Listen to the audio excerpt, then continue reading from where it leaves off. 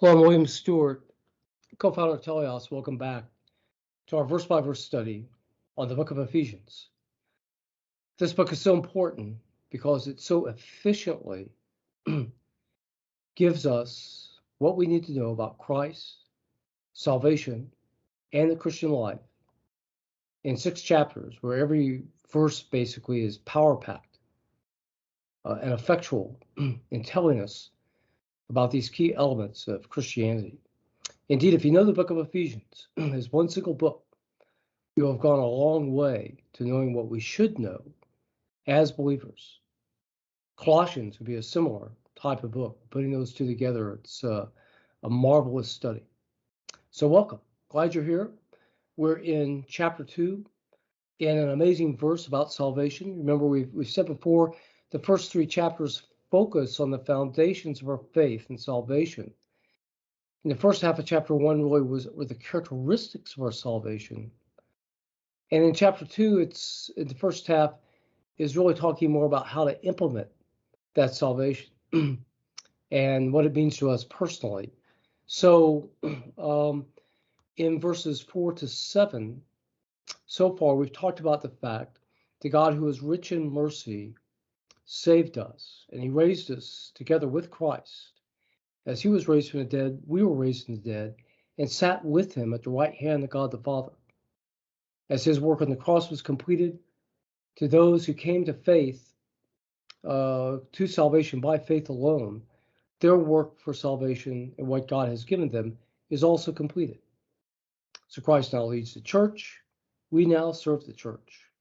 Verse 7 indicates that God did this to show in due time, otherwise when Christ comes again, the glory of all the saints with Christ and how rich his mercy is.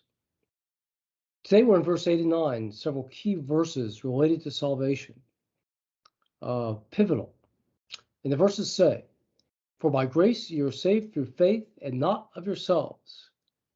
It is a gift of God, not of works, lest any man should boast."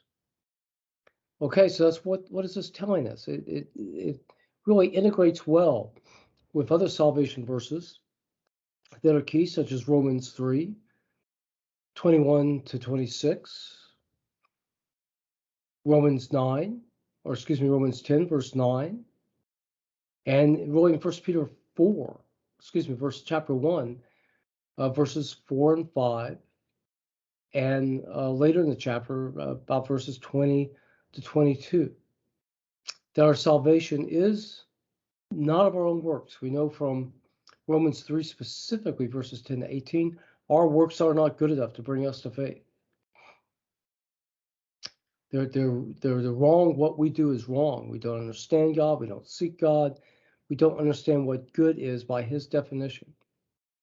So out of his mercy then, as a righteous God, he demanded judgment, but out of mercy, he sent Christ to take that judgment of death that we deserved, so that when we believe by faith alone, we are saved. And this is really the short version of Romans 3, saying by grace, a free gift of God, unmerited favor, the word charis. We are saved by faith. Pistos is the general word for faith in Greek, the original language of the Bible. It's not something we did ourselves. It's purely a gift. The word here for gift is doron, which is the general word for gift in Greek, and in the New Testament generally means referring to our salvation. So it's not of works, it says in verse 9 very clearly. There's nothing we can do before salvation to work our way to salvation. And even after we're saved by faith, there's no work we can do to keep our salvation. God does it all. He brings us salvation. He causes us to believe. He's provided salvation. And afterwards, he causes us to persevere. 2 Timothy 1:7.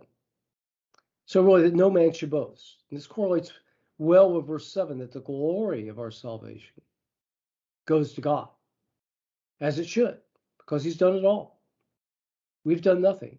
There's really nothing in our coming to faith or anything that we've done for which we can boast.